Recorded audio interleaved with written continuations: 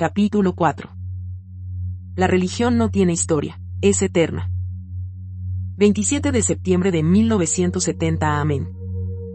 Pregunta 1. Interlocutor, ¿cuál es el momento del nacimiento de Krishna? Lo que han hecho las investigaciones. ¿Te has hecho hasta ahora? ¿Y cuál es su opinión al respecto? ¿Crees que una persona iluminada no puede responder correctamente a tal pregunta? No se ha conservado ningún registro sobre el momento del nacimiento y la muerte de Krishna. Y hay una buena razón para ello. No nos pareció prudente llevar un registro cronológico de aquellos que, en nuestra opinión, no están sujetos al nacimiento y a la muerte, que están más allá de ambos. Se lleva un registro en el caso de las personas que nacen y mueren, que están sujetas a la ley de nacimiento y muerte. No tiene sentido escribir la biografía de quien trasciende los límites del nacimiento y de la muerte, de la llegada y de la partida. No es que no fuéramos capaces de escribir su biografía, no había ninguna dificultad para ello, pero tal intento iría en contra del espíritu mismo de la vida de Krishna. Por eso no lo hicimos. Los países de Oriente no escribieron las historias de sus grandes hombres y mujeres como se hace en Occidente. Occidente ha sido muy exigente a la hora de escribirlos, y también hay una razón para ello. Sin embargo, en este asunto, Oriente ha estado imitando a Occidente, desde que cayó bajo la influencia de este último. Y eso, también, no es sin razón. Las religiones de la tradición judaica, tanto el cristianismo como el maometismo, creen que solo hay una vida, una encarnación que se nos da en esta tierra. Toda la vida se limita a un nacimiento y una muerte, comienza con el nacimiento y termina totalmente con la muerte. No hay otra vida ni antes ni después de esta. Por lo tanto, no es accidental que las personas que piensan que la vida completa su permanencia completa en el breve intervalo entre un nacimiento y la muerte, insistan en mantener un registro de todo ello. Es simplemente natural. Pero los que han sabido que la vida se repite una y otra vez, que se nace y luego se muere cuenta menos veces, que la cadena de llegadas y salidas es casi interminable, no ven sentido en escribir su historia. Es bastante imposible escribir sobre un evento que se extiende de eternidad en eternidad, y además negaría nuestra propia comprensión de él. Por esta razón, la historia nunca se escribió en Oriente. Y fue una omisión muy deliberada, una omisión que vino con nuestra comprensión de la realidad. No es que careciéramos de la capacidad de escribir la historia o que no poseyéramos un calendario. Aquí se produjo el calendario más antiguo del mundo. Así que es obvio que nos abstuvimos de escribir la historia a sabiendas. También quieres saber por qué una persona iluminada no puede decir correctamente cuándo nació Krishna. Una persona no iluminada puede decirte cuándo nació Krishna, pero una persona iluminada no, porque no hay conexión alguna entre la iluminación y el tiempo. La iluminación comienza donde termina el tiempo. La iluminación no es temporal, no tiene nada que ver con el tiempo. Es atemporal. La iluminación significa ir más allá del tiempo hasta donde la cuenta de las horas y los minutos llega a su fin, hasta donde el mundo de los cambios deja de ser, hacia donde solo está lo que es eterno, donde no hay pasado ni futuro, donde mora un presente eterno. El samadhi o la iluminación no ocurre en el momento, sucede cuando el momento deja de ser. Y mucho menos contar la historia de Krishna, una persona iluminada no puede ni siquiera contar la suya propia. No puede decir cuándo nació y cuándo va a morir. Solo puede decir, ¿cuál es esta cuestión del nacimiento y la muerte? Nunca nací y nunca moriré. Si le preguntas a un despierto qué es lo que llamamos el río del tiempo que va y viene, que se mueve constantemente del pasado al futuro, haciendo un breve presente, dirá, realmente, nada va y viene. Lo que es, es. Es inamovible e inmutable. El tiempo es un concepto de una mente no iluminada. El tiempo como tal es un producto de la mente, y el tiempo cesa con el cese de la mente. Entendámoslo desde diferentes ángulos. Por varias razones decimos que el tiempo es obra de la mente. En primer lugar, cuando eres feliz, el tiempo se mueve rápido para ti, y cuando eres infeliz, se ralentiza.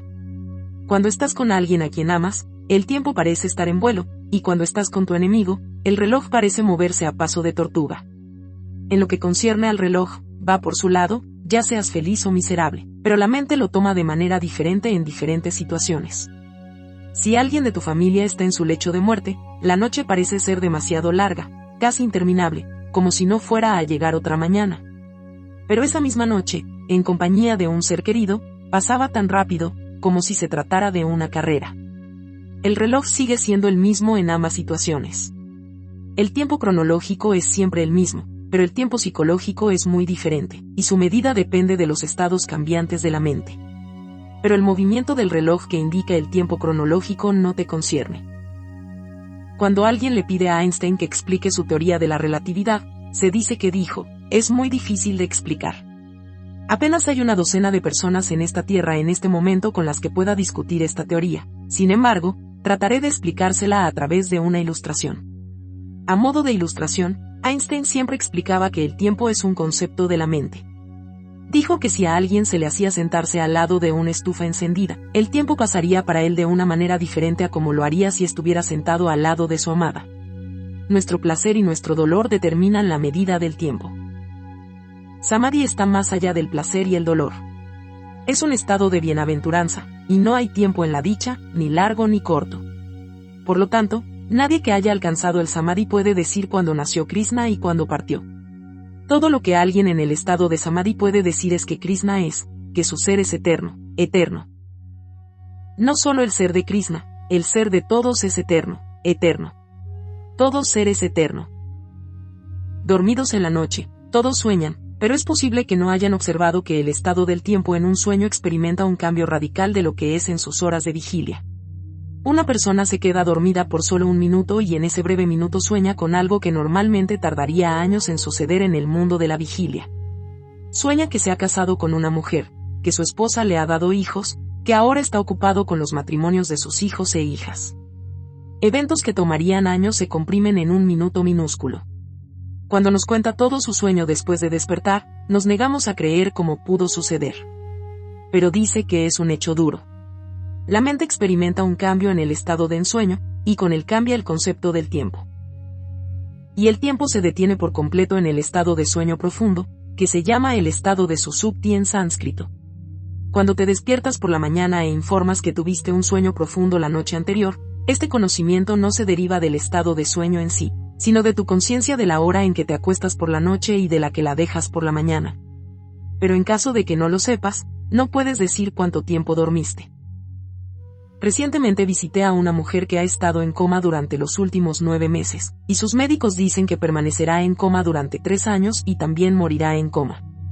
Apenas hay posibilidades de que recupere la conciencia. Pero si por casualidad recupera la conciencia después de 3 largos años, ¿podrá decir cuánto tiempo ha estado en coma? Nunca lo sabrá por sí sola. En el sueño profundo, la mente se duerme, y por lo tanto no tiene conciencia del tiempo. Y en Samadhi la mente deja de ser. Samadhi es un estado de no mente. Por lo tanto, uno no puede saber a través del Samadhi cuándo nació Krishna y cuándo murió. Rinzai fue un famoso monje zen. Una buena mañana, en el curso de su conferencia, dijo que Buda nunca sucedió. Sus oyentes quedaron atónitos. Pensaron que tal vez Rinzai se había vuelto loco, porque había estado viviendo en un templo budista donde adoraba al ídolo de Buda y era un amante de Buda. A veces incluso se le veía bailando ante la estatua del Sakyamuni, y ahora la misma persona decía, ¿quién dice que Buda haya existido alguna vez? Su audiencia dijo, ¿te has vuelto loco? Entonces Rinzai dijo, sí, estuve enojado durante tanto tiempo, porque creía que Buda sucedió. Aquel que sucede en el tiempo algún día dejará de suceder. Así que no tiene sentido decir que lo eterno sucede. Es por eso que digo que Buda nunca sucedió, y todas las historias sobre él son mentiras. Pero los oyentes dijeron, ¿cómo puedes decir eso cuando las escrituras dicen que Buda sucedió, que caminó sobre esta tierra, y que hay testigos oculares de este evento? Pero Rinzai insistió en que Buda nunca sucedió. Tal vez su sombra se levantó y caminó. Pero Buda, nunca. Lo que ahora nace y luego muere, lo que ahora aparece y luego desaparece, no es más que nuestra sombra, nosotros no lo somos. Así que, deliberadamente, no se mantuvieron registros cronológicos de la vida de Krishna. La religión no tiene historia. Lo que aparece y desaparece, va y viene, comienza y termina, tiene historia. La religión es eterna, sin principio y sin fin. Eterno significa lo que es eterno, atemporal. Por lo tanto, la religión no puede tener una historia, un registro de eventos y fechas. Y ninguna persona iluminada puede decir cuándo sucedió o no sucedió Krishna. No es en absoluto necesario, ni tiene ninguna relevancia. Si alguien dice que sí, solo traiciona su ignorancia. Nunca nacimos, ni vamos a morir. Hemos estado aquí desde la eternidad. Solo la eternidad lo es. Pero todos llevamos la cuenta del tiempo continuamente, de mañana a mañana, y medimos todo con la vara del tiempo, lo cual es natural, sin embargo, no es cierto. Es un índice de nuestro pobre entendimiento, y no podemos hacerlo mejor que nuestro entendimiento. En este contexto me viene a la memoria una fábula. Una rana del océano visitó a su amiga que vivía en un pequeño pozo. La rana sana quería saber cómo era el océano. La rana visitante dijo que era demasiado grande para ser conocida desde un espacio tan pequeño como un pozo.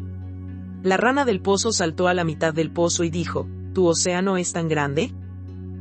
La otra rana dijo, disculpe, es imposible medir la inmensidad del océano con la diminuta vara de medir de un pozo.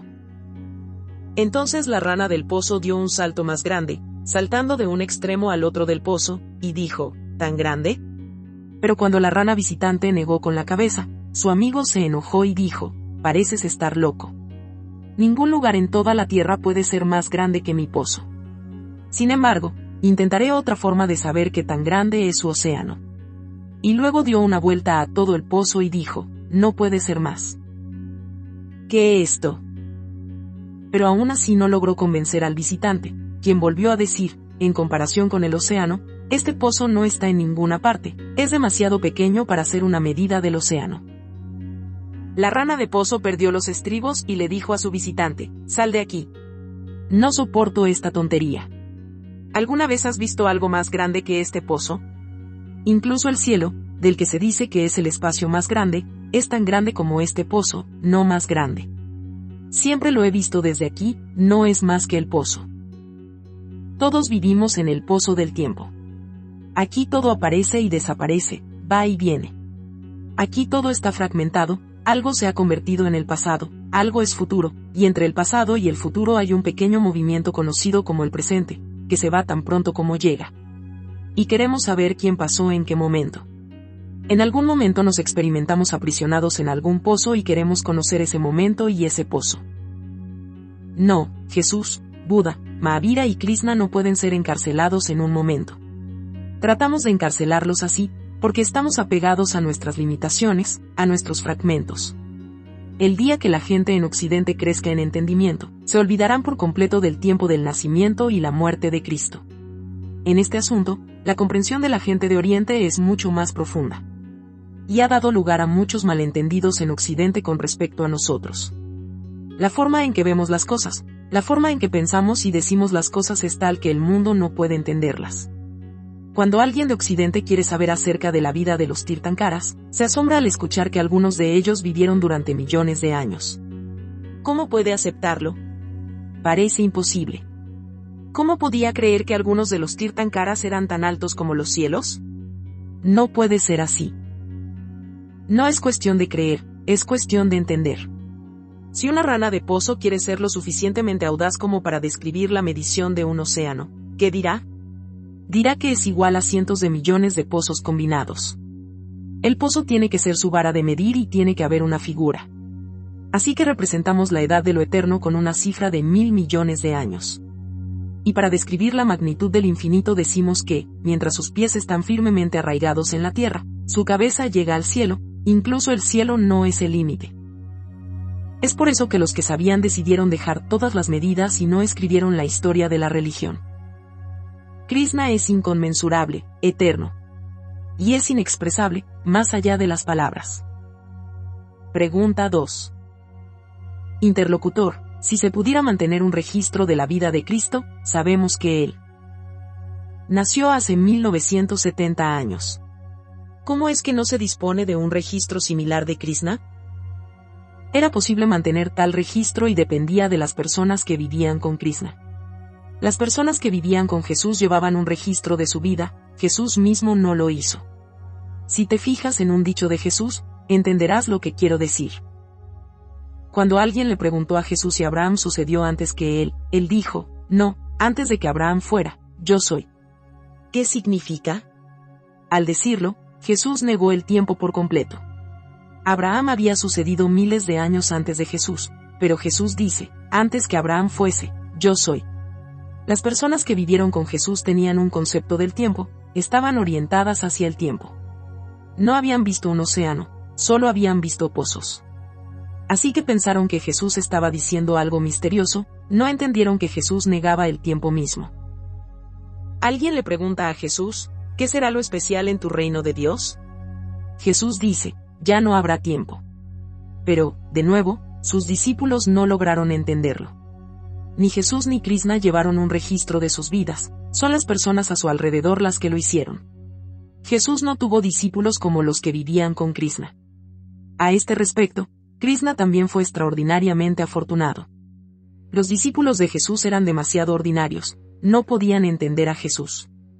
Por eso Jesús fue crucificado, se volvió tan inescrutable, tan incomprensible. No crucificamos a Krishna, Buda o Mahavira, no porque estas personas fueran menos peligrosas que Jesús. La única razón por la que no los matamos es que la India ha recorrido un largo camino, en el curso del cual ha tenido que soportar a un gran número de personas peligrosas. Este país ha sido testigo de una larga línea de personas extraordinarias y sobrenaturales, multiesplendorosas y divinas. Así que poco a poco aprendimos a vivir con ellos. Y, en consecuencia, llegamos a tener una comprensión de la forma en que vivían y funcionaban. La gente de la época de Jesús y Mahoma no tenía este entendimiento. Mahoma no tuvo discípulos del calibre de los discípulos de Mahavira. Las personas que vivieron con Jesús no tenían la perspicacia de aquellos que vivieron con Krishna. Eso es lo que marcó la diferencia, y una gran diferencia. Debe entenderse claramente que ni Krishna ni Cristo escribieron nada. Todo lo que pasaba por sus declaraciones era registrado por aquellos que los escuchaban. Cristo llega a una aldea y un grupo de personas se reúne a su alrededor. Mientras les habla, alguien desde la retaguardia de la multitud grita, «Su madre ha llegado. Dale paso». Jesús se ríe y dice, «¿Quién es mi madre? Yo nunca nací». Pero el historiador señaló una fecha y escribió que Jesús nació en esta fecha. Ahora, este hombre dice, «Yo nunca nací. ¿Cómo puedo tener una madre? Yo soy eterno». Pero los historiadores que registraron este dicho suyo también registraron que nació en tal o cual fecha. Los que escribieron acerca de Krishna eran hombres de profunda perspicacia. Pensaron que sería una injusticia con Krishna, quien dice una y otra vez que él es eterno y le dice a Arjuna, lo que te digo ha sido dicho a muchos otros en los milenios pasados. Y no pienses que esto es lo último, seguiré viniendo y repitiéndolo una y otra vez. Y te equivocas al pensar que los que están aquí antes que tú morirán en tus manos. Han nacido y muerto innumerables veces en el pasado y estarán aquí una y otra vez en el futuro. Fue por esta razón que no se registró una biografía de Krishna. Sería difícil para la historia investigar y recuperar los registros perdidos de la vida de Krishna, porque se permitió deliberadamente que se perdieran. Se ha hecho todo lo posible para suprimir el relato cronológico de Krishna y de personas como él. Nadie sabe quién escribió los Upanishads y quién escribió los Vedas, sus autores son todos anónimos. ¿Por qué? Su anonimato dice que es Dios quien está hablando a través de ellos y por lo tanto no necesitan ser mencionados. Pero en Occidente llevaban registros, aunque una y otra vez Jesús dice, no lo digo yo, sino mi Padre que está en los cielos. Pero el cronista escribe que Jesús lo dice. Por lo tanto, no es un fracaso de este país sino tiene un sentido de la historia. No es así por falta de conciencia de la historia, sino por una conciencia aún más elevada que tenemos, una conciencia de lo eterno. Una conciencia superior, por su propia naturaleza, niega a la inferior. No le damos tanto valor a un evento como al espíritu que lo atraviesa, al alma del evento. Así que no nos importó notar lo que Krishna comió y bebió, pero sí nos preocupamos por notar al testigo dentro de Krishna que simplemente estaba consciente de cuando Krishna comía y bebía. No nos importaba recordar cuando nació Krishna, pero ciertamente recordábamos al espíritu, el alma que vino con su nacimiento y partió con su muerte. Estábamos mucho más preocupados por el espíritu más íntimo, por el alma, que por su estructura material. Y en lo que concierne al alma, las fechas y los años no son significativos. Pregunta 3. Interlocutor, ¿es cierto que el espíritu más íntimo de los hombres, como Krishna y Cristo es eterno, pero sus cuerpos temporales también van y vienen, y nosotros aquí. Se interesan por la secuencia temporal de sus cuerpos temporales. Eventos groseros. Al igual que Krishna Lila y Mahabharat, vale la pena conocerlos si queremos ser iluminados acerca de ellos. Aquellos que atribuyen importancia al cuerpo burdo también le dan importancia a los acontecimientos burdos. Pero no tiene importancia para aquellos que conocen el cuerpo ser solo una sombra.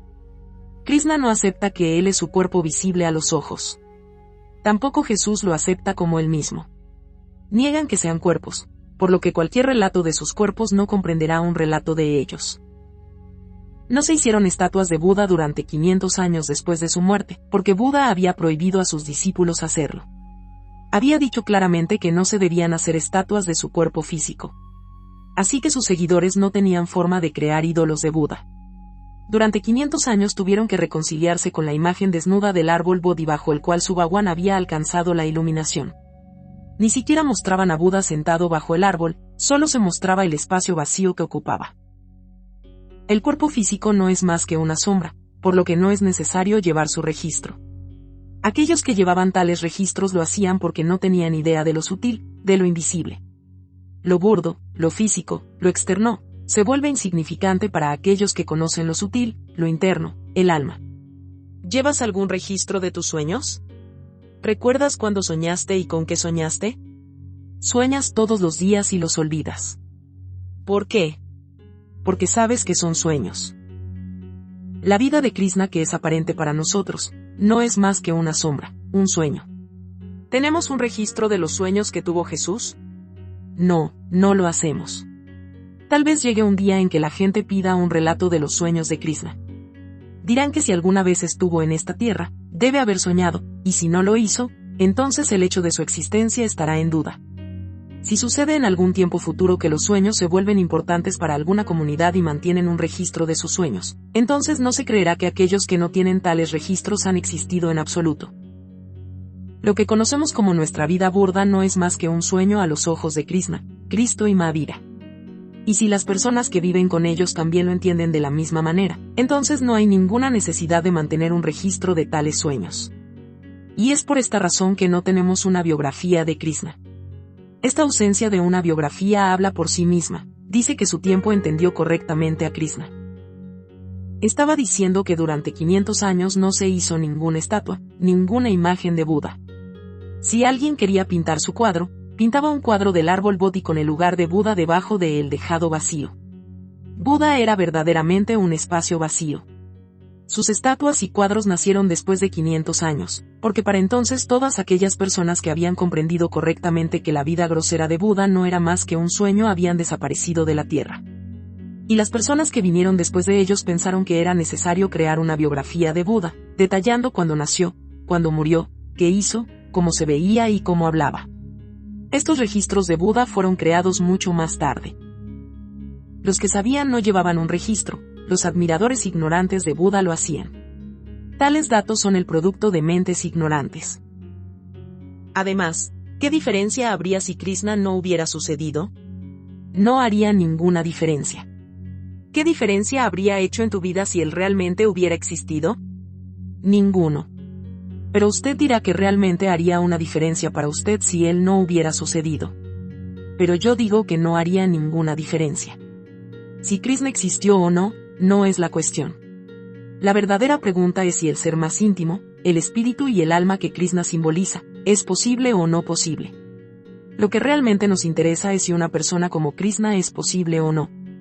No es importante si Krishna realmente sucedió o no sucedió. Lo significativo es que un hombre como él es posible. En caso de que sea posible, entonces no importa si Krishna no sucedió realmente. Y si se establece que un hombre como él no es posible, entonces no tendrá ningún sentido si él, de hecho, hubiera sucedido. A una persona iluminada no le interesa la cuestión de si Krishna es histórico o de otro tipo. Si alguien viene y me dice que no es una figura histórica, le diré, entonces tómalo como si fuera así, no hay nada de malo en aceptar esto. Es una pregunta irrelevante. Lo que es relevante y significativo es la indagación de si un Krishna es posible o no posible, porque si llegas a darte cuenta de que él es posible, tu vida será transformada. Por otro lado, Si eres un escéptico, no lo creerás, incluso si, algún día, todos los registros de la vida de Krishna, escritos en piedras antiguas, se ponen a tu disposición. A pesar de estos registros, dirás que un hombre así no es posible, que no les crees. Yo digo que un hombre así es posible. Y porque tal hombre es posible, digo que Krishna sucedió, que puede suceder y que él está allí.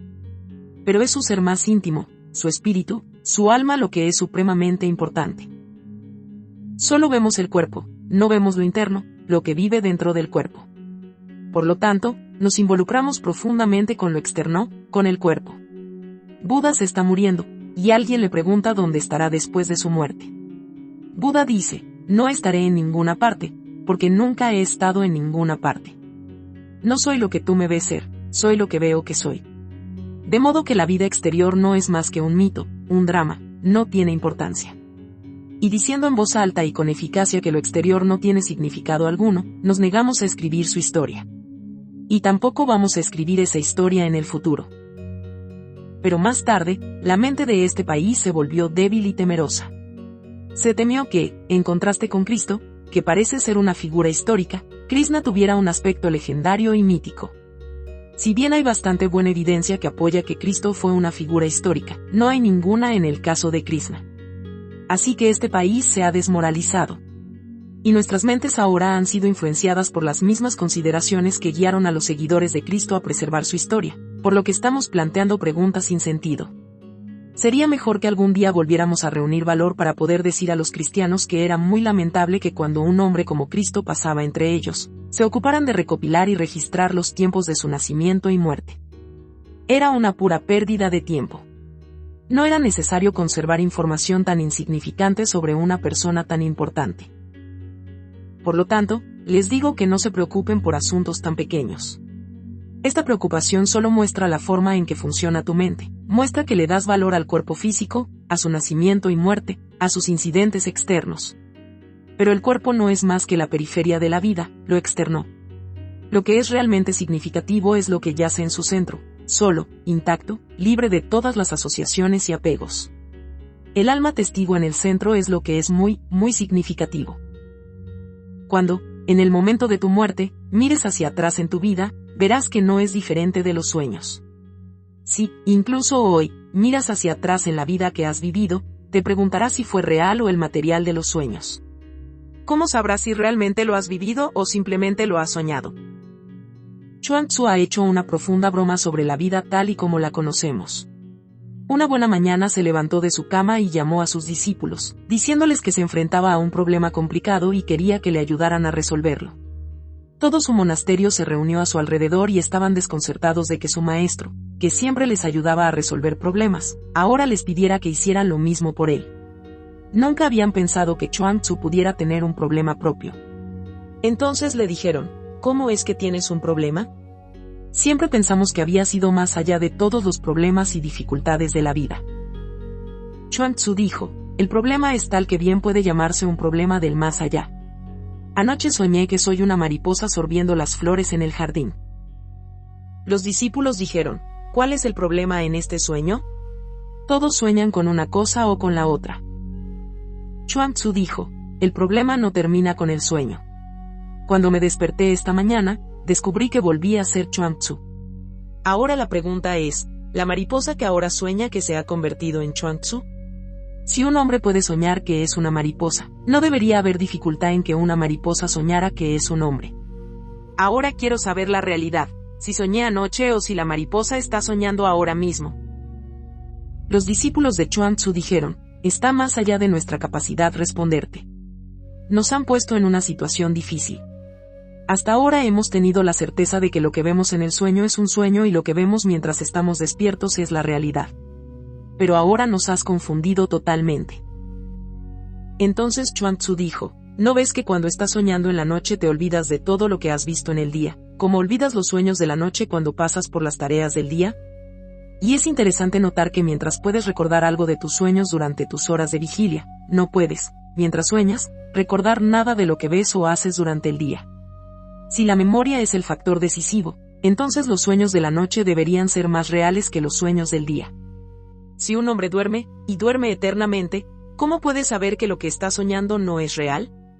Cada sueño parece ser tan real mientras estás soñando, ni un solo sueño parece ser irreal en un sueño.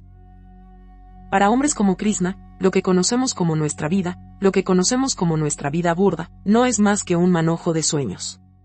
Y cuando los que vivieron con él llegaron a entender a Krishna correctamente, decidieron no registrar los acontecimientos de su vida exterior. Y esta decisión se tomó con plena conciencia. No había nada accidental o inconsciente en ello. Y es significativo. Además, tiene un mensaje para que evites por completo involucrarte con la historia. Si te involucras con la historia, te perderás lo que está más allá de todos los registros, de toda la historia. Echarás de menos la verdad. Pregunta 4. Interlocutor, estamos totalmente de acuerdo con vosotros en que no tenemos por qué preocuparnos con los registros de la vida burda de Krishna, como las fechas de su nacimiento y muerte. Pero ciertamente querríamos saber la forma en que Krishna vivió su vida. El mensaje que tenía para nosotros, el significado de la historia de su vida. Usted dijo hace un momento que la religión no puede tener una historia porque es eterna. Pero, ¿qué quiere decir Krishna con Dharma o religión cuando dice en el Gita?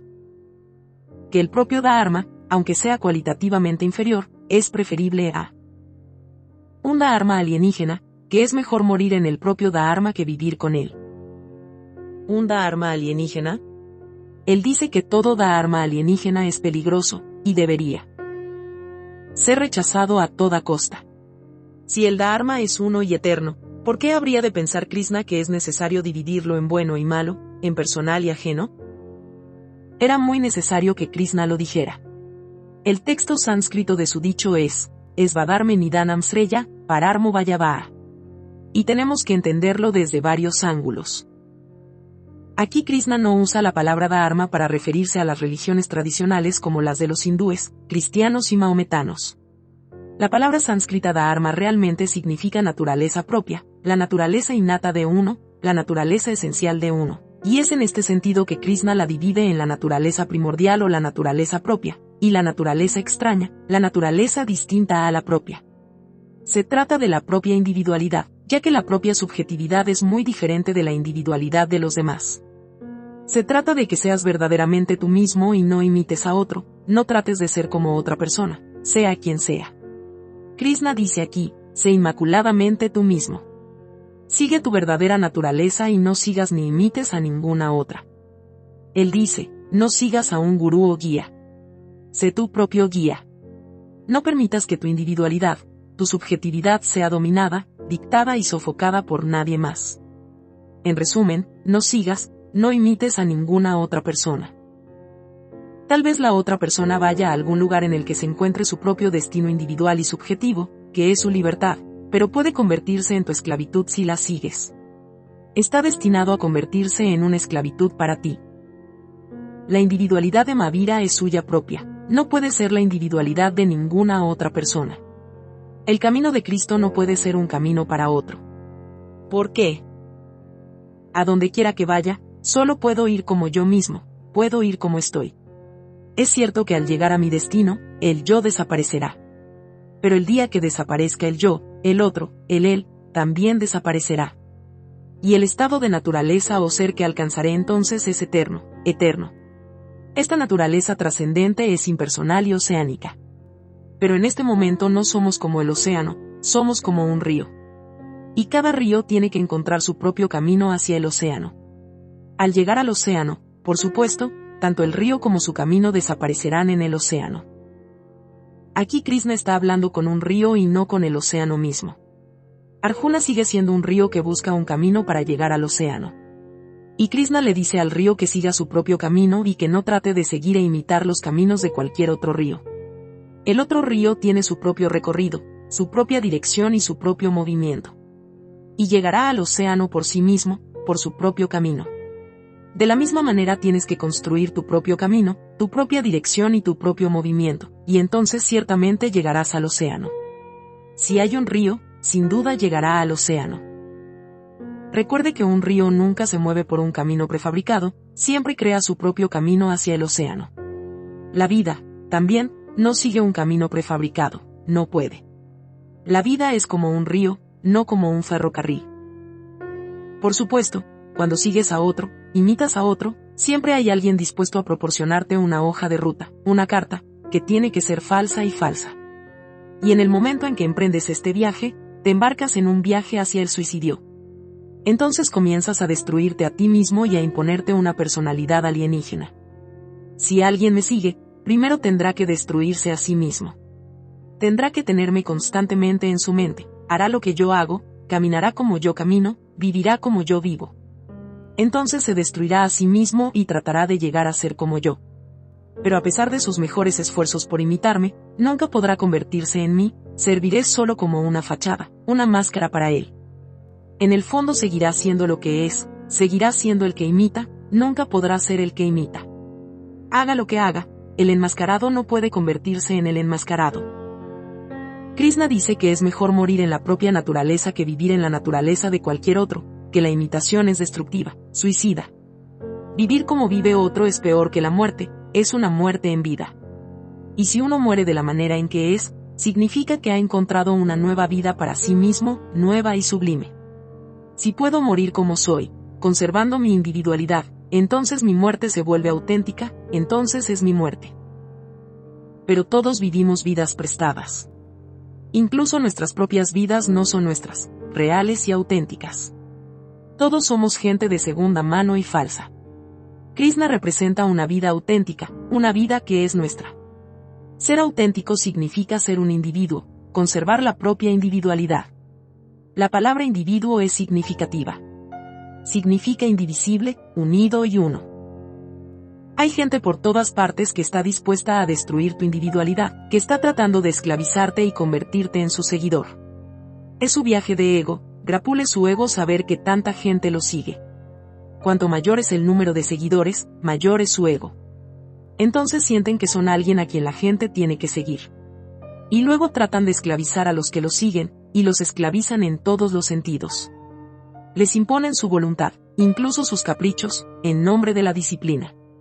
Les quitan su libertad y los reducen virtualmente a sus siervos. Debido a que su libertad representa un desafío para sus egos, hacen todo lo posible para destruir su libertad. Todos los gurús, todos los maestros lo hacen.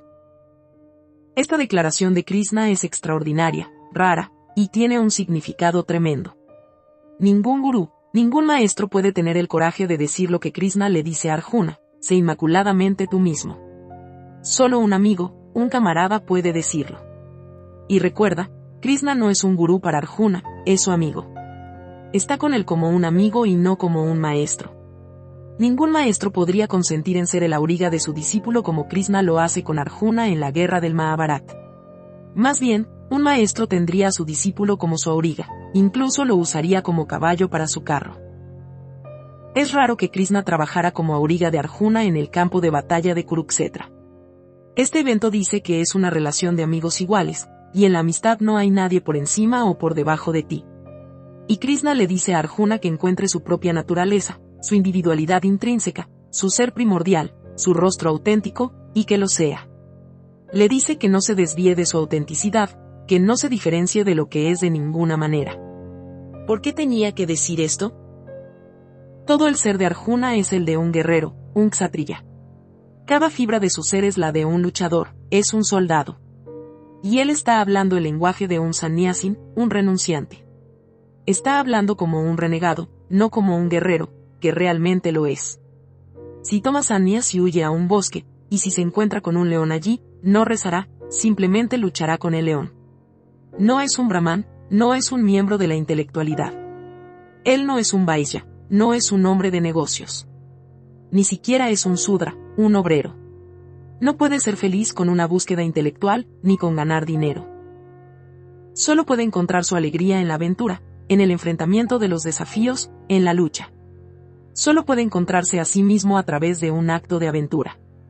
Pero está hablando de algo que no es su fuerte, y por lo tanto se está desviando del camino, desviándose de su propia naturaleza, de su ser innato.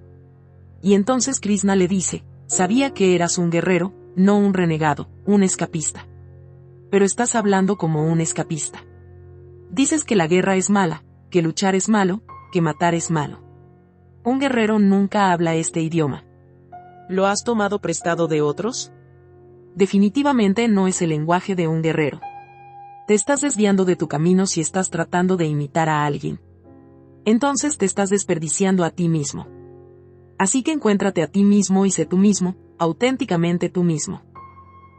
Si Arjuna hubiera sido realmente un brahman, Krishna nunca le habría pedido que luchara, lo habría dejado ir con mucho gusto. Habría bendecido su andar por el camino de un brahman. No es un brahman, pero no tiene el coraje de decirlo. Es un espadachín, en su maquillaje tiene la agudeza y el empuje de la espada. Solo puede brillar si tiene una espada en la mano. Solo puede encontrar su alma y su plenitud en las profundidades del coraje y del valor, de la batalla y de la guerra. Él no puede ser satisfecho de ninguna otra manera. Es por eso que Krishna le dice, es mejor morir defendiendo la verdadera naturaleza de uno que vivir una vida prestada, que es nada menos que un horror. Mueres como un guerrero, en lugar de vivir como un renegado. Entonces vivirás una vida muerta. Y una muerte en vida es mejor que una vida muerta. Aquí Krishna no usa el dharma en el sentido de religiones como el hinduismo, el cristianismo o el maometismo. Por dharma se refiere a la individualidad de uno.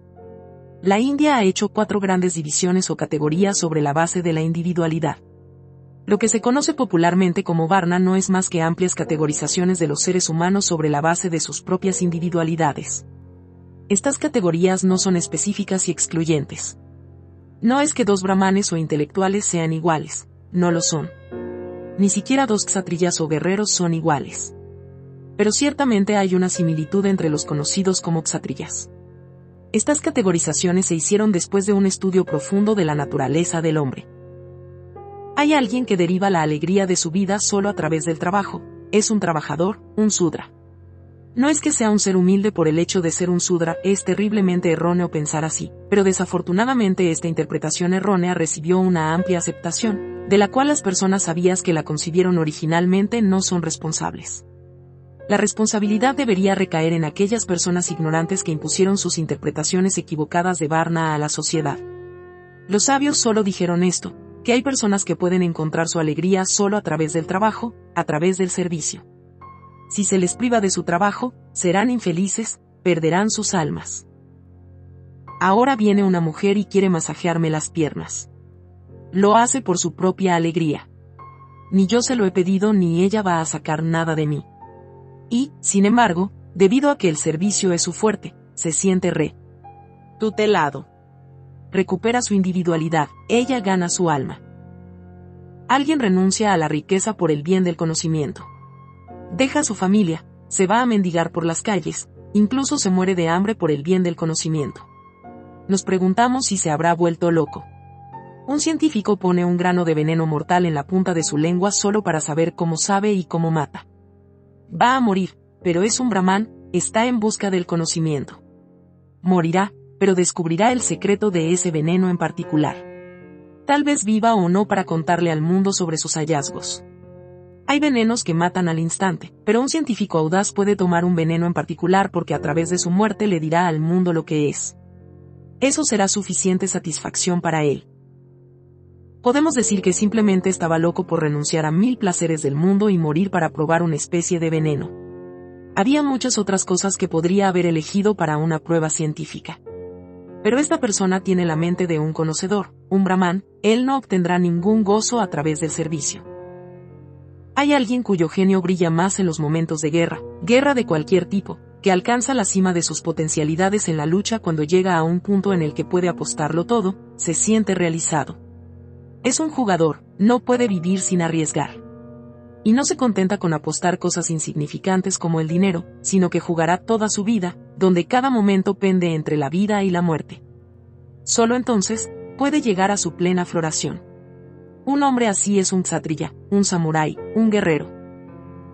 Alguien como Rockefeller o Morgan encuentra su realización creando riqueza. Hay una anécdota interesante en la biografía de Morgan. Un día, su secretaria le dijo en tono de broma, «Señor, antes de verlo tenía el sueño de que algún día me convertiría en un Morgan, pero ahora que lo he visto de cerca en calidad de su secretario personal, mi sueño se ha desvanecido. Si tuviera otra opción, le diría a Dios que me hiciera cualquier cosa menos un Morgan. Es mucho mejor ser la secretaria de Morgan que el propio Morgan». Morgan se sobresaltó un poco y preguntó, ¿qué me pasa que te hace decir esto? El secretario dijo, me he estado preguntando por la forma en que funciona. Los oficinistas llegan aquí a las 9 de la mañana, los oficinistas llegan a la oficina a las 10, los gerentes a las 11 y los directores a las 12. Los directores salen de la oficina a las 3 de la tarde, los gerentes salen a las 4, los empleados a las 5 y los oficinistas a las 6. Pero en lo que a ti respecta, llegas todos los días a las 7 de la mañana y te vas a casa a las 7 de la tarde. A mí me basta con ser tu secretario. ¿Cómo se las arregla, señor? Este hombre no puede entender a Morgan, que tiene la mente de un Baisya, un hombre de negocios. Está buscando su felicidad, su alma, creando y poseyendo riquezas. Morgan se echó a reír y le dijo a su secretaria, es cierto que vengo aquí incluso antes que los chicos de la oficina, pero los chicos de la oficina no pueden tener la alegría que yo tengo viniendo aquí a primera hora como propietario del establecimiento. Por supuesto, los directores dejan la oficina a las 3, pero son solo directores. Yo soy el dueño. Un hombre como Morgan se siente satisfecho solo cuando crea y posee riqueza. Después de estudiar a millones de seres humanos durante un largo periodo de tiempo, decidimos dividir a la humanidad en 4 grandes categorías. No había nada jerárquico en esta división, ninguna categoría era superior o inferior a la otra. Pero los eruditos tontos, no tardaron en reducirlo a una jerarquía que creó todo el mal. La categorización de 4 Varnas es, en sí misma, muy científica. Pero convertirlo en una jerarquía era lamentable y malsano. No era necesario en absoluto. La división de la humanidad en Varnas representa una percepción, y una profunda percepción.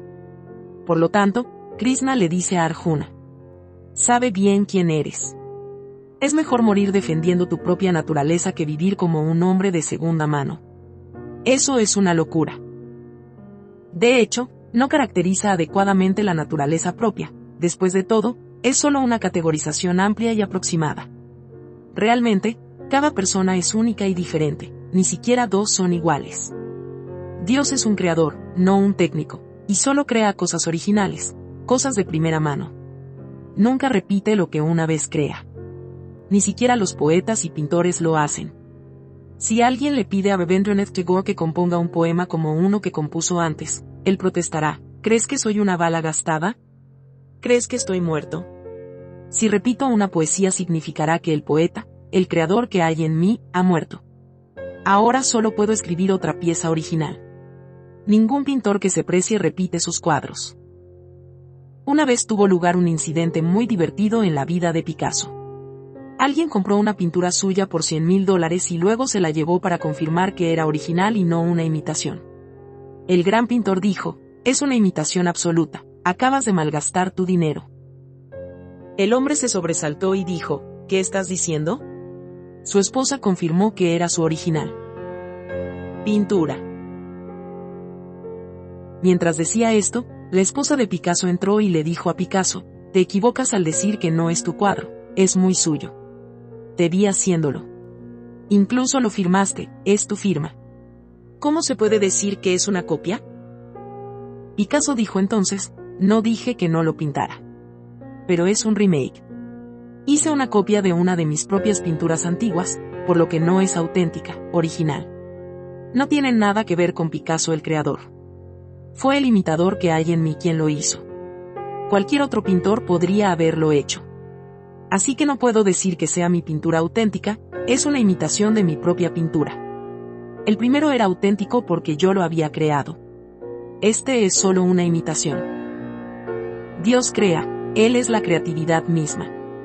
Por lo tanto, cada uno de sus actos de creatividad es original, único y auténtico. Y mucho menos 2 seres humanos, ni siquiera 2 flores de rosa son iguales, ni siquiera 2 hojas de un árbol son iguales. Recoge una piedra al borde del camino y rodea la tierra para ver si hay otra pieza igual. Es imposible. Y Dios aún no se ha agotado. Cuando se agote, por supuesto, repetirá y comenzará a hacer seres humanos inauténticos. Él creó a Krishna solo una vez, y aunque han pasado 5,000 años desde entonces, no ha hecho otro Krishna.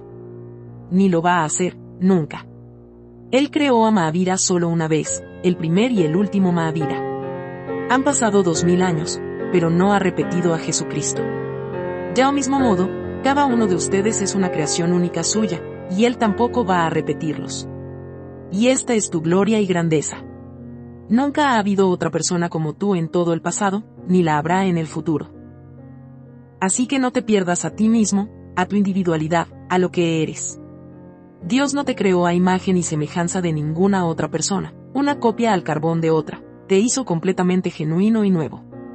Así que no lo conviertas en una falsificación, sería una traición a su confianza. Es por eso que Krishna dice, prefiero morir en tu propia naturaleza que vivir en una naturaleza extraña. Es simplemente suicida. Cuidado con eso. No sigas, ni siquiera por error, a ningún otro, ni te hagas como otro. Ser uno mismo es la única virtud y ser como otro el único pecado. Pero no olvides que esta enseñanza es relevante para ti como un río, no como un océano. Para el océano que aún no ha sido, no hay nada como uno mismo o el otro. El océano es el destino, no es donde comienzas tu viaje como un río.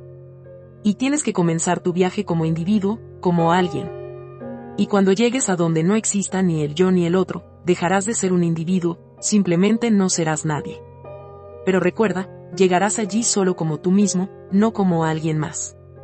Es en este contexto que Krishna dijo, Svadharme Nidanam Sreya Pararmo Vayavaa. Pregunta 5. Interlocutor, parece que Krishna está tratando de reprimir a Arjuna cuando dice: es mejor morir en la propia naturaleza que vivir en una extraña. Tal vez Arjuna está tratando de trascender su naturaleza de guerrero y convertirse en un brahman. Cuando se siente abrumado por el dolor y la compasión, solo está tratando de alcanzar su propia naturaleza, su verdadera naturaleza, pero Krishna lo hace retroceder. En segundo lugar, dices que Krishna no domina a Arjuna, al contrario. Lo libera. Pero cuando el Gita comienza, Arjuna le dice a Krishna: yo soy tu discípulo. Y me rindo a ti, y cuando termina, Arjuna dice de nuevo, haré lo tuyo. Licitación.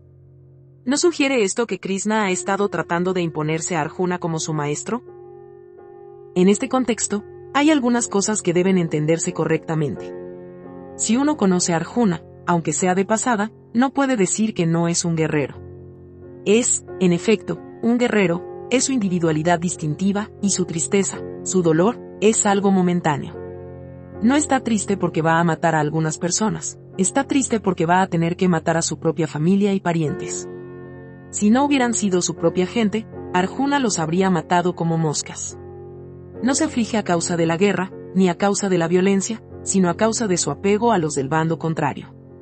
No cree que matar sea malo, aunque lo dice. Es solo una racionalización. Su dolor básico es que tiene que luchar con aquellos que están tan estrechamente relacionados con él. La mayoría de ellos son sus familiares. El mayor de la familia de Arjuna, Bhisma, y su maestro Dronacharya están al otro lado del campo de batalla. Los Kauravas son primos, con los que ha crecido desde la infancia. Nunca imaginó que tendría que matarlos. La violencia no es la verdadera causa de su resistencia a la guerra, ha estado incurriendo en violencia, en mucha violencia, durante mucho tiempo. Este no es su primer contacto con la guerra y la violencia. No es un hombre que tenga miedo de matar. Sin embargo, tiene miedo de matar a su propia gente. Y está asustado por los lazos de su apego a ellos. Es erróneo decir que Arjuna está tratando de convertirse en un brahman, porque ser un brahman significa no estar apegado.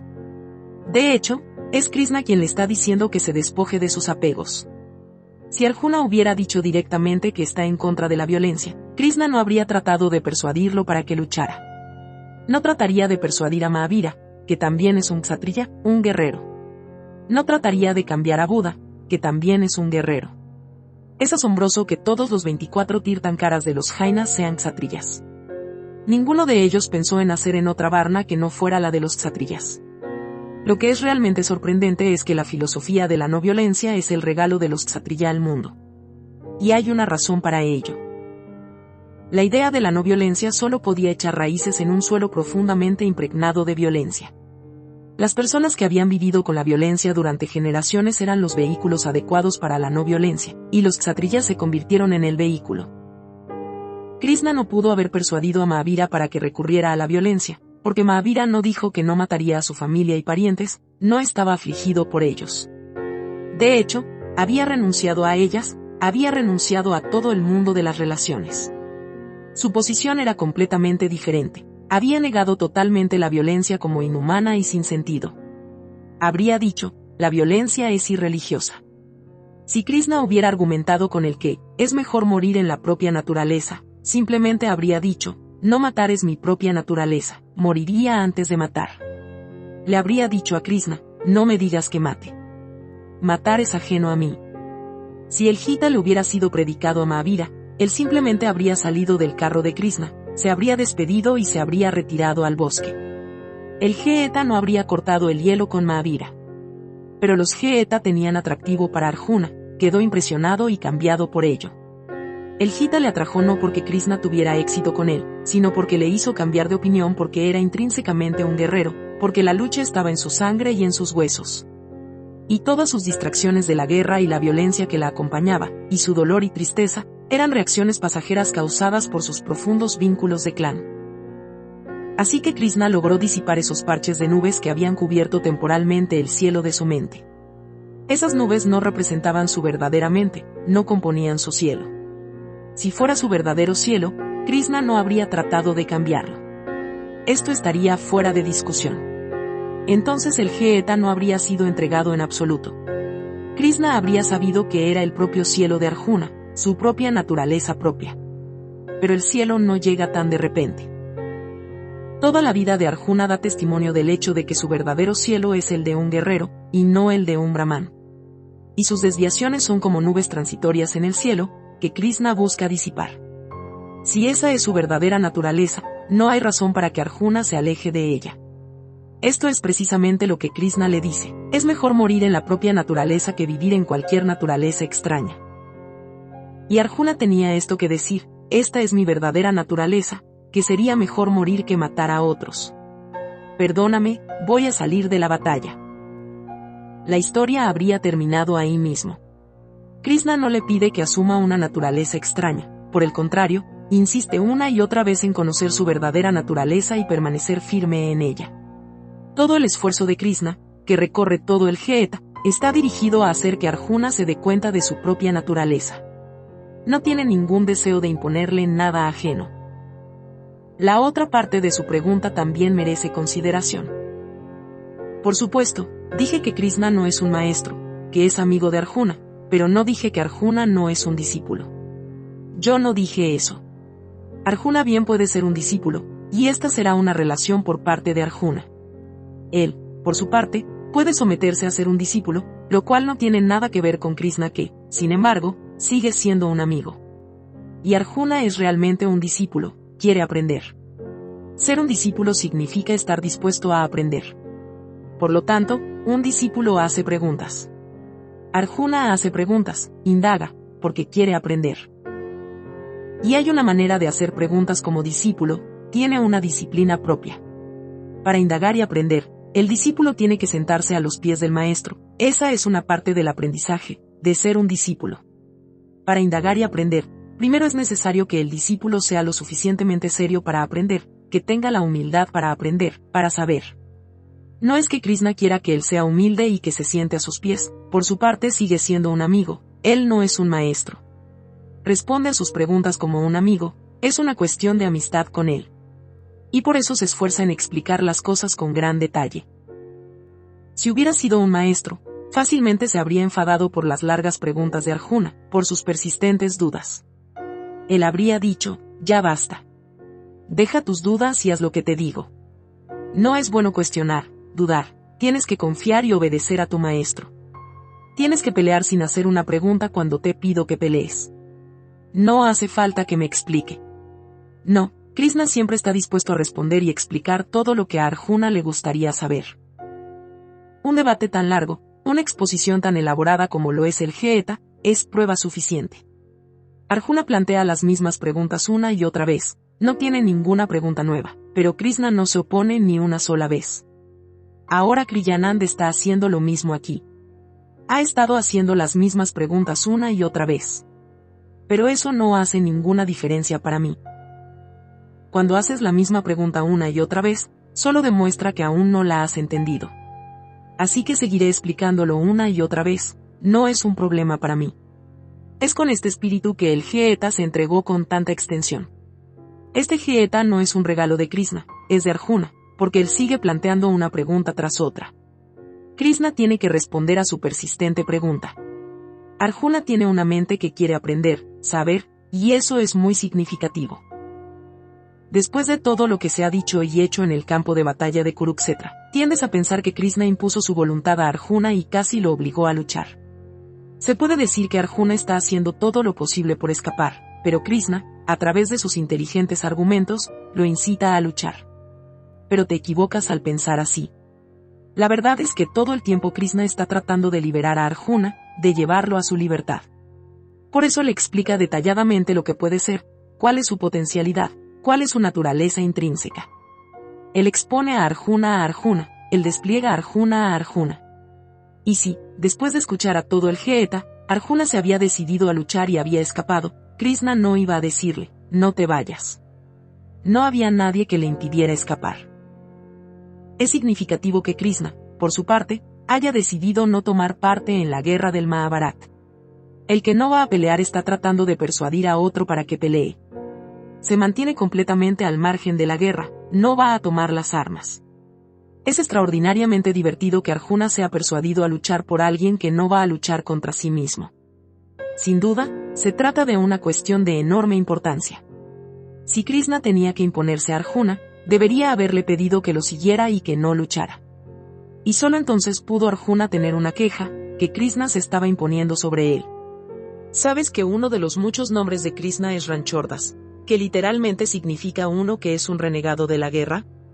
Aquí, un renegado está incitando a Arjuna a luchar como debe luchar un hombre valiente. Si Krishna quería imponerse a él, debería haber dicho, está bien, ahora que eres mi discípulo, te pido que no pelees. Salgamos juntos de la guerra. No, no es en absoluto una cuestión de imposición. Todo lo que Krishna le dice a Arjuna es esto. Sé que eres un kshatriya, y te he conocido muy íntimamente como un guerrero. Y yo te conozco mejor de lo que tú te conoces a ti mismo, tu naturaleza innata es la de un guerrero. Y por eso se lo estoy recordando. Te digo quién eres. Conócelo correctamente y luego haz lo que elijas hacer. Todo el Geta es un esfuerzo por recordarte quién eres. Debido a que Arjuna finalmente acepta luchar después de lo que Krishna tiene que decir, te inclinas a pensar que Krishna le impuso su voluntad. Pero esto es una parodia de la verdad. Krishna no tiene deseos propios, él está totalmente libre de deseos. Su ausencia de deseos es magnífica y evidente. Es total. En la guerra del Mahabharata, solo Krishna está del lado de los Pandavas, mientras que todo su ejército está del otro lado, del lado enemigo. ¿Es esta la forma de luchar en una guerra, en la que tu propio ejército está del lado de aquellos a los que te opones? Mientras Krishna está del lado de los Pandavas, su propio ejército, todo su ejército está luchando del lado de los Kauravas. Es un acontecimiento raro en toda la historia de la guerra, en toda la historia de la humanidad. Y si esta es la forma en que se debe pelear una guerra, entonces todas las demás guerras y guerreros están equivocados. ¿Te imaginas que Hitler estaría de acuerdo en que su ejército debería luchar del lado de los aliados, sus enemigos? Imposible. Los ejércitos están destinados a luchar por aquellos que los crean y los poseen. No hay otro significado de un ejército.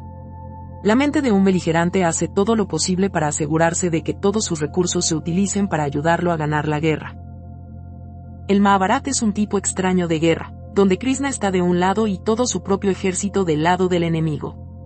Obviamente, a este hombre no parece gustarle pelear. Ciertamente no es un halcón, no es un belicista. No tiene ningún interés en la guerra, pero tampoco es un escapista. Dado que hay un estado de guerra, se ofrece a los Pandavas y su ejército a los Kauravas para que no lo culpes más tarde. Es una situación extraordinaria en la que Krishna se pone a sí mismo. Realmente, la estructura de todo su maquillaje, su individualidad, es única. Y el Mahabharata en sí mismo es un tipo de guerra extremadamente poco común en la que, cuando los combates se detienen cada noche, la gente de ambos bandos se reúne, intercambia cumplidos, se pregunta por los demás y da el pésame a los afligidos. No parece ser una guerra entre enemigos, parece una obra de teatro que hay que representar, un drama que hay que representar, un destino inevitable que hay que aceptar con alegría. No se puede encontrar ni un rastro de enemistad después de la puesta del sol cuando los dos enemigos se visitan, charlan y juegan juntos, e incluso beben y cenan juntos.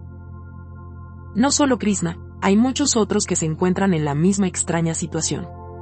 Los miembros de una misma familia se han dividido y se han unido a los dos bandos enfrentados. Incluso los amigos íntimos se encuentran en lados opuestos del campo de batalla. Y lo más asombroso es que, después de que termina la guerra, Krishna envía a los hermanos Pandava a Bhisma para recibir una lección de paz de él, de Bhisma, que es el principal general del ejército de los Kauravas, su comandante en jefe. Tienen que recibir una lección de paz del general de las fuerzas enemigas, y se sientan a sus pies como sus discípulos. Y el mensaje de Bhisma es conocido como el capítulo sobre la paz en la epopeya del Mahabharata. Es asombroso, es milagroso que uno vaya al enemigo para aprender sobre la paz. Un enemigo es una lección de guerra, no de paz, y no es necesario que acudas a él para recibir una lección. Pero aquí Bhisma les enseña los secretos de la paz y la rectitud. Ciertamente, no es una guerra ordinaria, es extraordinariamente extraordinario. Y los soldados de esta guerra no son soldados ordinarios. Es por eso que el Gita lo llama un Dharma Yuddha, una guerra justa, una guerra religiosa. Y hay una muy buena razón para llamarlo así. Krishna no entrega el Gita con el fin de persuadir a Arjuna para que pelee. No, él lo entrega solo para revelarle su verdadera naturaleza, la naturaleza de un guerrero. Aquí me acuerdo de la historia de un famoso escultor. Está ocupado tallando una estatua en una roca, cuando un visitante se acerca a verlo esculpir. El artista trabaja con un cincel y un martillo en la mano. A medida que corta trozos de roca con habilidad experta, una estatua comienza a manifestarse. Y entonces una estatua de soberbia belleza aparece ante los ojos del visitante. El visitante queda simplemente encantado y le dice al escultor: «Felicidades, eres un artista maravilloso. Nunca he visto a otro escultor crear una pieza tan exquisitamente hermosa». El artista interrumpe: «Me entiendes mal. Yo no creo una estatua, solo ayudo a manifestarla. Hace poco, al pasar por la calle, vi al borde del camino una estatua escondida en esta roca. Traje la roca a casa y con mi cincel y martillo quité las astillas innecesarias y lo no manifestado se hizo manifiesto. Yo no lo creé, simplemente lo descubrí». Krishna no crea a Arjuna, solo lo descubre, solo descubre su propia naturaleza. Le hace ver lo que es. El cincel de Krishna corta las partes innecesarias y feas de su personalidad y lo restaura a su ser y belleza prístinos. Lo que emerge al final de la Gita es el propio ser de Arjuna, su individualidad. Pero nos parece que Krishna ha creado una nueva estatua de Arjuna. El visitante del escultor dijo lo mismo, que lo había visto crearlo con sus propios ojos. Pero esto no es lo que un escultor siente por su arte. Muchos escultores han confesado que primero vieron las estatuas dentro de las rocas y solo luego las descubrieron. Las rocas hablan a los escultores de que las estatuas están escondidas en su interior y llaman a ser descubiertas. No todas las rocas están preñadas de estatuas. No todas las rocas son útiles para esculpir. Los escultores saben dónde se esconde una estatua y la descubren. Esta estatua resulta ser el ser, la individualidad de la roca que la sostiene. Todo el Gita es solo un proceso de descubrimiento. Revela las prístinas posibilidades de Arjuna. Pregunta 6. Pregunta: ¿tu dicho ese Krishna sucede para ser de Arjuna amigo o no? Suyos maestro y por lo tanto elosos con él, así que pacientemente y borra sus numerosas dudas. Pero en el mismo Gita, Krishna dice, Sansayatma Vinasyati, una mente dubitativa perece. Lo dice mirando a los que dudan. Mente del propio Arjuna. Pero la ironía es que Arjuna no perece, los Kauravas perecen en su lugar. Por favor, explique. Cuando Krishna dice Sansayatma Vinasyati, está diciendo una gran verdad. Pero la mayoría de la gente comete un error al traducir la palabra sansaya. La palabra sánscrita sansaya no significa duda, significa indecisión, un estado de conflicto e indecisión. La duda es un estado de decisión, no de indecisión. La duda es decisiva, la confianza también es decisiva. Mientras que la duda es una decisión negativa, la confianza es positiva. Una persona dice, Dios es. Confío en Él. Esta es una decisión de su parte. Y esta es una decisión positiva. Otra persona dice, no hay Dios. dudo de su existencia. Esta también es una decisión negativa. Una tercera persona dice, tal vez Dios es, tal vez Dios no es. Este es un estado de sansaya, indecisión.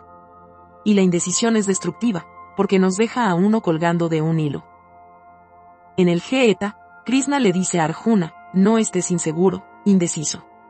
Sé seguro y decisivo. Usa tu inteligencia decisiva y sabe con certeza quién eres, qué eres. No seas indeciso en cuanto a si eres un kshatriya o un brahman, si vas a luchar o si vas a renunciar al mundo y tomar sannyas. Tienes que ser claro y decisivo sobre tu papel básico en la vida. La indecisión nos divide en fragmentos, y la fragmentación conduce a la confusión y al conflicto, al dolor y a la desintegración. Entonces te desintegrarás, perecerás. La palabra sansaya en el Gita ha sido tomada para significar duda, y ahí radica toda la confusión y el error. Estoy a favor de la duda, pero no apoyo la indecisión. Yo digo que es bueno dudar, que el escepticismo es necesario. Y Krishna tampoco negaría el escepticismo. Se mantiene firme en el escepticismo, y es por eso que le pide a Arjuna que haga sus preguntas una y otra vez. Plantear una pregunta significa plantear las propias dudas. Pero al mismo tiempo, Krishna le advierte contra la indecisión.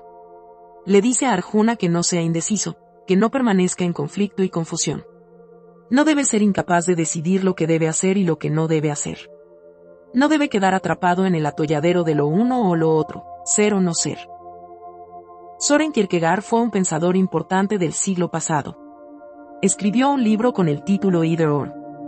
No solo escribió un libro con este título, sino que toda su vida fue la encarnación de esta frase, esto o lo otro. La gente en Copenhague, su lugar de nacimiento, olvidó su verdadero nombre y lo llamó solo Either or. Cuando pasaba por las calles de su ciudad, se decían unos a otros, aquí va uno u otro. Se detenía largo rato en una encrucijada, pensando si debía girar a la derecha o a la izquierda. Después de insertar una llave en la cerradura, tardó mucho en decidir en qué dirección girarla. Søren Kierkegaard estaba profundamente enamorado de una mujer llamada Regina. Cuando Regina le propuso matrimonio, durante toda su vida no pudo decidir si casarse con ella o no casarse con ella. Esto es indecisión, no duda. Krishna amonesta a Arjuna que no caiga presa de la indecisión, porque eso lo destruirá. Quien se convierte en prisionero de la indecisión, inevitablemente cae a pedazos, porque la indecisión lo divide a uno en fragmentos contradictorios, un camino seguro hacia la desintegración y la ruina. La integración es salud, y viene con decisión. Si alguna vez has tomado una decisión clara en tu vida, debes haberte integrado inmediatamente en ese momento. Cuanto más grande sea la decisión, mayor será la integración. Y si uno llega a una decisión total en la vida, tiene una voluntad propia, se convierte en uno, alcanza la unión, el yoga, la unión mística. Todo el esfuerzo de Krishna está dirigido a erradicar la indecisión, no tiene nada que ver con la duda. Él dice, duda completamente, pero nunca permanezcas indeciso. Estoy totalmente a favor de la duda. Dudo que debas hacerlo. Continúa usando el cincel de la duda hasta que la estatua de la confianza se manifieste. Sigue cincelando de la roca, con el martillo de la duda, los elementos extraños que han entrado en tu naturaleza, hasta que elimines el último de ellos y no quede nada por eliminar. Entonces la estatua de la confianza aparecerá en todo su esplendor. Pero recuerda, si continúas usando el martillo de la duda incluso después de que la estatua se haya manifestado, dañarás a la estatua, lastimarás a tu propio ser. La confianza es el producto final de la duda, y la locura es el resultado final de la indecisión. Una persona indecisa terminará demente, se desintegrará y perecerá. Si lo entiendes bajo esta luz, entenderás lo que Krishna quiere decir.